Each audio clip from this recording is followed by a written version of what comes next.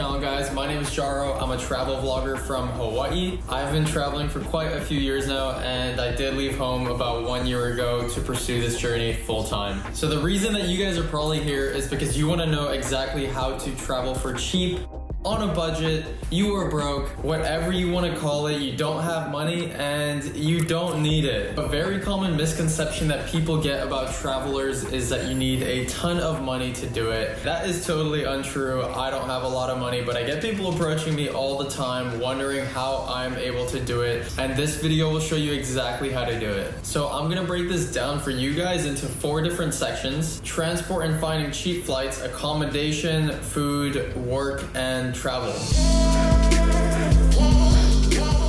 Flights are cheaper than they have ever been in history, and there is so much opportunity in that right now. There are so many different options that you could use when you're booking flights. Some people use Student Universe, Skyscanner, Google Flights. I personally tend to use Skiplag. Skiplag uses a pretty interesting concept where they would be booking you from one place to another, and you would be going through the destination you actually want to stop in as a layover. You would get off in that spot, and then the next flight would continue on to another destination. Because funny enough, it is cheaper to fly that way than to go straight to your destination at time. Open up an incognito mode on your computer, because the search engines actually track to see if you have looked up a flight before, just so they could jack up your prices, which is ridiculous. And looking it up in incognito mode will hide your cookies and your past searches, and you won't be able to be tracked, and you could find the cheapest flight possible. So if you go on to skiplag.com and you use their booking engine, you can actually check day by day to see which day is the cheapest to fly on. Now you're looking for transport on land. If you're traveling through Europe, FlexiBus, Bolt Bus, and the Greyhound bus are the cheapest way to travel around,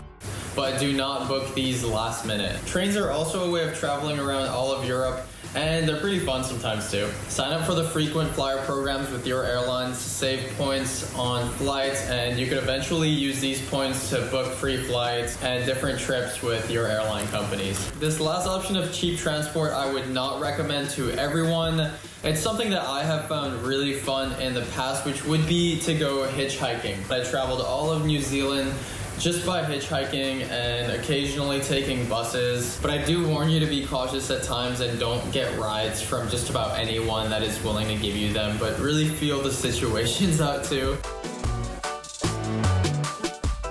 I love this one. This is how to find cheap or even free housing. So hostels are by far one of my favorite ways of finding accommodation while traveling. Some people have this stigma with hostels, thinking that they're dirty, that there's bed bugs everywhere, and all this other stuff. But I have left home a year ago, stayed in hostels most of the time, and I haven't run into any issues with bed bugs or anything. Most of the hostels are really well taken care of, but you might want to look for reviews and find the best ones. Couchsurfing, maybe you have heard of that word come up before. All you have to do is go to couchsurfing.com, sign up for a free account, let people know where you are traveling. The hosts will then reach out to you, and you will have a free place to stay on somebody's couch, because for the most part, these people just need some friends and are just looking for others to share stories with. If you are a female, just take some extra precautions before you go and make a move like this, because you never know the kind of people that you'll run into on the road. Trusted house sitters. This website is so bomb. You can get a free place to stay in exchange for you taking care of somebody's pet.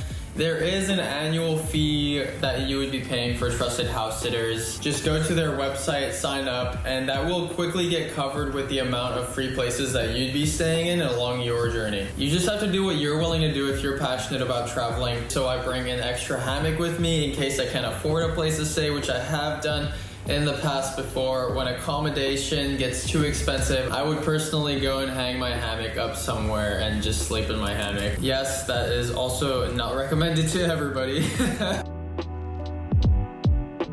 How to eat cheap. And let me clear this up for you guys, but eating cheap oftentimes does not sacrifice the quality of the food that you are taking in. You can do things like buying food at grocery stores, eating fresh fruits and vegetables, whatever is in season wherever you are. When I traveled through Iceland, we would only go shopping in grocery stores because eating out was way too expensive. I'm currently in Fiji, and about once a week we go shopping at the local market where you could buy fruits and vegetables for so freaking cheap. When you're traveling through some of the cheaper countries, you end up haggling with people for a cheaper rate because people see that you're white or that you're a tourist and they try to rip you off at times. If you're traveling with somebody else or you're feeling tired and you're not in the mood to cook for yourself, you can go and buy some cheaper street food. Whenever I'm not feeling like cooking for myself, I usually go and get some street food here in Fiji, which is about $5 for an entire dinner. It really fills you up, and that's like $2.50 in USD. How to work and travel at the same time. This has been by far my favorite way of traveling for an extended period of time this past year. Two platforms where you could sign up and work in different countries could be Woofing and Workaway. Woofing is where you would go and you'd work on an organic farm in a community in exchange for work and accommodation. This is a great way of gaining experience on farms, meeting people, having a fun time in general. But if you're signing up for Woofing, do your research and pick the best ones because it can get a bit crap sometimes. Workaway is great. This is one that I signed up with in New Zealand. It was a bit of a harder job. I was basically sanding a wall for a few hours a day, but it did turn out to be like 15 hours of work a week in exchange for food and accommodation, which was a really good deal at the time, and I had the chance of exploring one of my favorite places in New Zealand. You are often doing odd jobs with Workaway, but it's a great way of meeting other like-minded travelers and establishing yourself inside of a nice community.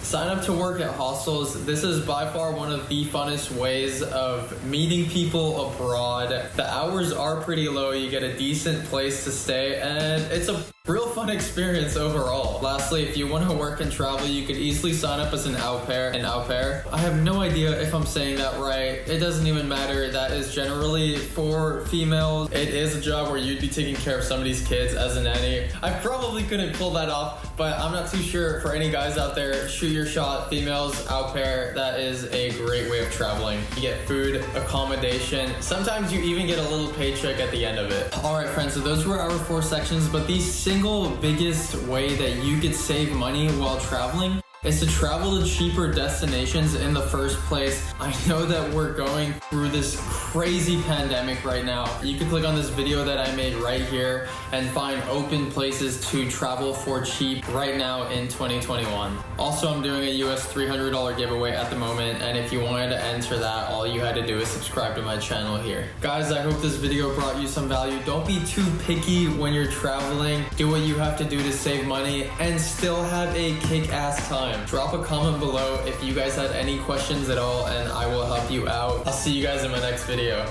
Peace!